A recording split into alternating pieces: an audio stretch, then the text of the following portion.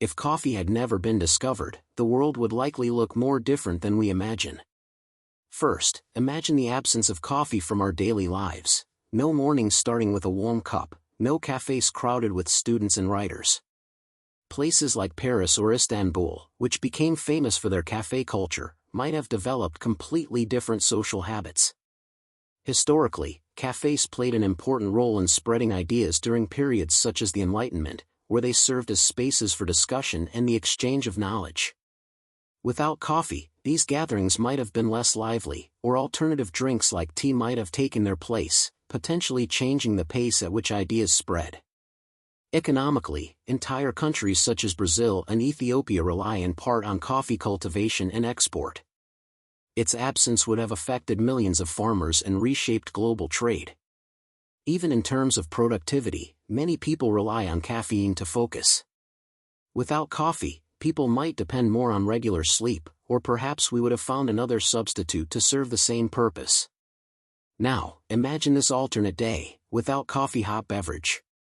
You wake up in the morning, but instead of the familiar aroma that gives you a boost of energy, there's a strange calm.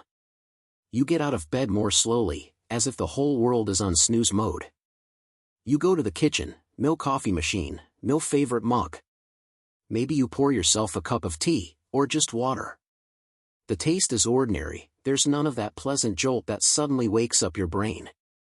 On your way to work or school, you notice something different: cafés don't exist at all. Places like Istanbul or Paris never developed café culture as we know it. Instead, people gather elsewhere, perhaps in parks or homes, but the atmosphere feels less lively. At work, focusing takes more effort. There's no coffee break that brings colleagues together. Instead, there's a quiet break or a short walk. Conversations are less energetic, or maybe slower, but sometimes deeper. Strangely, in the afternoon, there's no caffeine crash. Your energy is stable, just not very high. Your body relies more on good sleep instead of stimulants.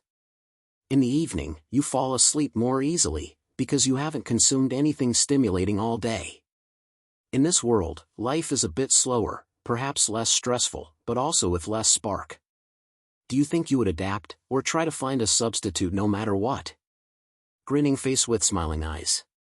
In short, the absence of coffee wouldn't just mean losing a drink, it would mean a shift in culture, economy, and even the way people think.